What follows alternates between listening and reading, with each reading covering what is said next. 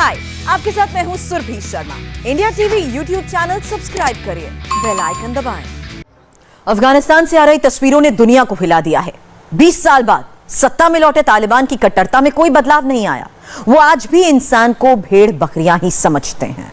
सत्ता में आने का उनका सिर्फ एक मकसद था, वो ये कि इस्लाम के नाम पर कत्लो गारत मचाई जाए। ये वही तालिबान है जिसकी वकालत पाकिस्तान कर रहा है। लेकिन अफगानिस्तान के हालात से प्रधानमंत्री मोदी की वो वार्निंग और सही साबित हुई है कि तालिबान के बारे में दुनिया को बहुत सोच समझकर फैसला लेना होगा। अफगानिस्तान का ये वीडियो ही तालिबान का असल चेहरा है। अपहरण के मुलजिमों को पहले तो तालिबान ने सरेआम बांधकर गोली मारी, फिर क्रेन से लटकाकर पूरे शहर में घुमाया, जिससे बाकी अपराधियों को भी मैसेज मिल जाए कि अफगानिस्तान में इस्लाम के नाम पर तालिबान के इंसाफ का वो दौर दोबारा शुरू हो गया है, जहां पर लोगों को मारकर चौराहों पर लाशें लटकाई जा रही हैं, जहां सियासी विरोधियों को सरेआम गोली मारी जा रही है, जहां तालिबान की हुकूमत कबूल न करने वालों को कुचल दिया जा रहा है।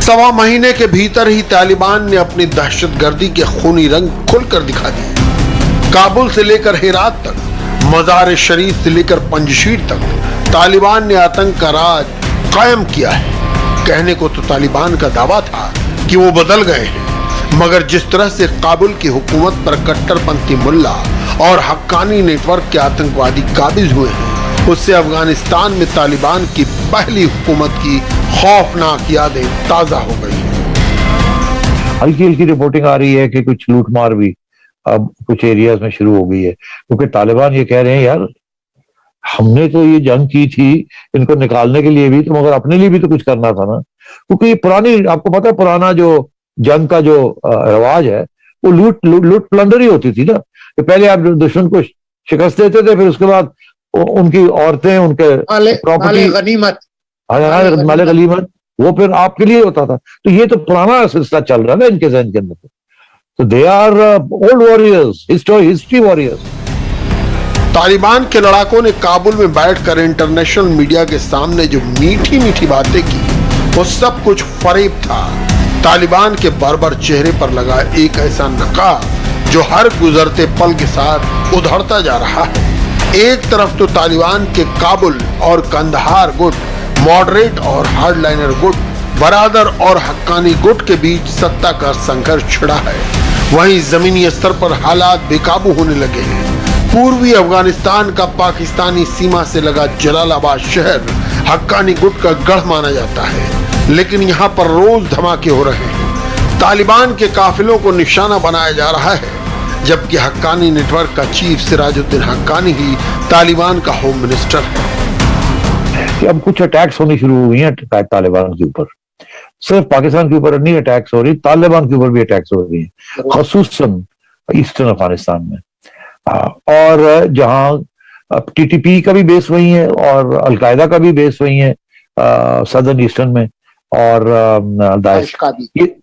ये इनके सारे जो है ना ये उनके इलाके हैं। अब जलालाबाद के इधर उधर हर रोज आप देखते हैं कोई बम फट रहा है, कुछ हो रहा है। एक तरफ तो अफगानिस्तान अकाल, भुखमरी, बेरोजगारी और कैश क्राइसिस से जूझ रहा है, तो दूसरी तरफ मुल्क के नए हुक्काम यानी तालिबान सत्ता की मलाई बांटने के लिए लड़ रहे हैं। तालिबान के आतंकी आका मंत्रालय बांटने के लिए लड़ रहे हैं, तो जमीन पर तैनात लड़ाके लूटपाट में जुट गए हैं। तालिबान के दो गुटों के आपसी लड़ाई में पिस रहा है अफगानिस्तान का अवाम। तालिबान अपने हर वादे से मुकर गया, न गवर्नमेंट में सभी तबकों को शामिल किया, न किसी महिला को मंत्री बनाया। महिलाओं को तो पूरी तरह घर में कैद कर दिया गया है। उन्हें न पढ़ने लिखने की आजादी है और न ही काम करने की। तालिबान ने दोहा एग्रीमेंट में वादा किया था कि औरतों को पूरे अधिकार देंगे, मगर अमेरिका की विदाई के साथ ही वो हर बात से मुकर गए।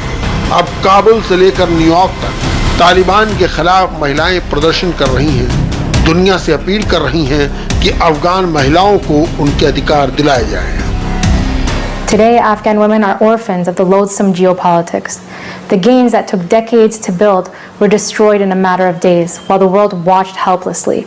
Women will no longer be allowed to speak their minds, let alone aspire for politics. There should be a complete and utter denouncement of the Taliban. They have been imposed on the Afghan people. They have not been elected by the Afghan people. Women make up half the world, right? So when you begin to keep women at home, they can't work. The repercussions of that are dire. महिलाओं पर तालिबान के जुल्म की सबसे बड़ी वजह उसके भीतर हार्डलाइनर्स का हावी हो जाना है। दोहा में अमेरिका से समझौता करने वाले तालिबान के लीडर अब हाशिए पर धकेल दिए गए हैं। वजीर आजम की कुर्सी पर मुल्ला हसन अखुंद आसीन है, वहीं असली हुकूमत हक्कानी नेटवर्क चला रहा है। जिन तालिबान नेताओं ने तमाम वादे करने वाले दस्तखत किए थे वो मंजर से गायब है। तालिबान हुकूमत के अंदर बड़े प्रॉब्लम्स नजर आने शुरू हो गए हैं, जो जिसमें से बहुत से लोगों ने कुछ प्रेडिक्ट भी किए थे। एक तो ये है कि मोटी बात, एक वो है जिन्होंने जंग लड़ी और एक वो है जिन्होंने डिप्लोमेसी की। 5 स्टार होटल में रहे, आते गए जाते गए, और एक वो है जो कि नंगे पांव या सैंडल पा के उन्होंने एक सुपर पावर के साथ मैदान में लड़ाई की और सुइसाइड्स की। तो अब एक तो वो जो कश्मकश है कि कौन हुकूमत कौन चलाएगा, किसका हक बनता है, किसका ज्यादा हक बनता है, किसका कम बनता है, वो अब नजर आनी शुरू हो गई है। और उसमें कुछ लोग नुमाया हैं जो तजाद नजर आने शुरू हो गए हैं। आपसी लड़ाई में मुब्तला तालिबान के दहशतगर्द अब अफगान जनता को डराने, धमकाने और मारने में जुट गए हैं। हेरात से आई ये तस्वीरें हों या फिर पंजशीर में ताजिक अल्पसंख्यकों पर जुल्म, तालिबान इस्लाम की आड़ में सिर्फ बंदूक के जोर पर हुकूमत चलाना चाहता है। वहीं पब्लिक तमाम मुश्किलात से जूझ रही है। बरसों से चल रहे खून खराबे से लाखों अफगान नागरिक अपने ही मुल्क में बेघर होकर तंबुओं में रह रहे हैं। उन्हें नहीं पता कि उन्हें अपने घर दोबारा जाने का मौका मिलेगा भी या नहीं, क्योंकि तालिबान के आतंक से निपटने के लिए इंटरनेशनल कम्युनिटी ने अफगानिस्तान को दी जाने वाली मदद रोक रखी है।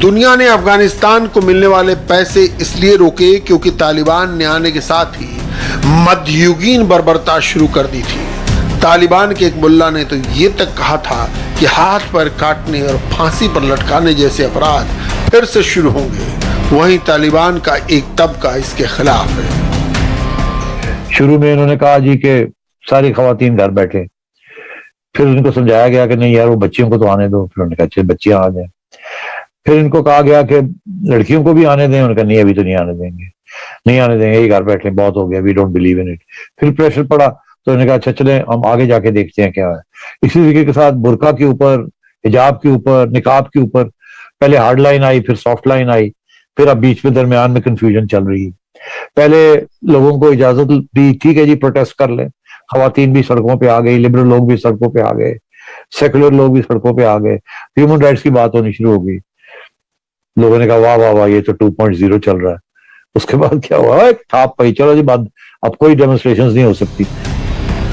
अफगानिस्तान में दहशतगर्दी का स्पॉन्सर पाकिस्तान वहां के इन्हीं हालात के चलते पूरी दुनिया से मदद की भीख मांग रहा है। पाकिस्तान की फौज और खुफिया एजेंसी ISI तालिबान के अंदरूनी झगड़े निपटाने में जुटी है। वहीं पाकिस्तान के प्रधानमंत्री तालिबान खान उर्फ इमरान खान दुनिया भर से गुहार लगा रहे हैं कि तालिबान की मदद करें।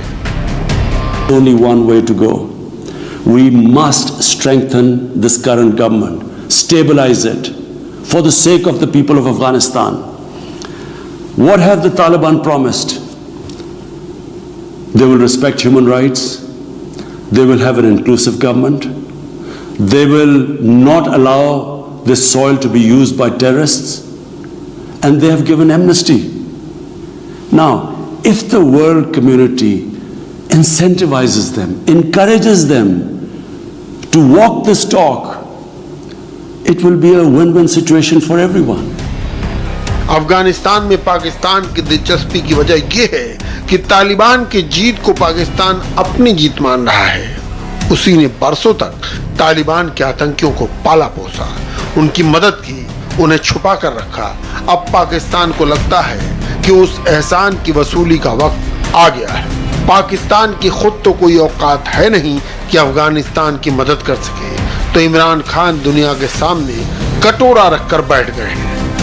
दे अफगानिस्तान के नाम पर तुझको अल्लाह रखे कि रट लगाए हैं। पाकिस्तान की कोशिश है कि किसी तरीके के साथ ये ना हो कि वो डिस्टेबलाइज ही रहे, उनकी खाने पीने की भी प्रॉब्लम शुरू हो जाए, इकोनॉमिक क्रैश भी हो जाए। अगर ऐसी चीज होती है तो तालिबान के अंदर बगावत हो जाएगी तालिबान हुकूमत के खिलाफ, और अगर वो हो गया तो वो फिर सबका नुकसान हो जाएगा, बिकॉज हार्ड लाइनर्स आ जाएंगे। और अगर ऐसे हुआ तो सबका, यही पाकिस्तान की एक कोशिश है। पाकिस्तान के इस चाल का पर्दाफाश प्रधानमंत्री मोदी ने विश्व के सबसे बड़े मंच संयुक्त राष्ट्र किया। उन्होंने दुनिया को आगाह किया कि वो तालिबान के वादों के झांसे में न आए, न ही पाकिस्तान की मीठी मीठी बातों में फंसे, क्योंकि इन दोनों के फैलाए आतंकवाद से पूरी दुनिया को खतरा है। रिग्रेसिव थिंकिंग के साथ जो देश आतंकवाद का पॉलिटिकल टूल के रूप में इस्तेमाल कर रहे हैं, उन्हें ये समझना होगा कि आतंकवाद उनके लिए भी उतना ही बड़ा खतरा है। ये सुनिश्चित किया जाना बहुत जरूरी है कि अफगानिस्तान की धरती का इस्तेमाल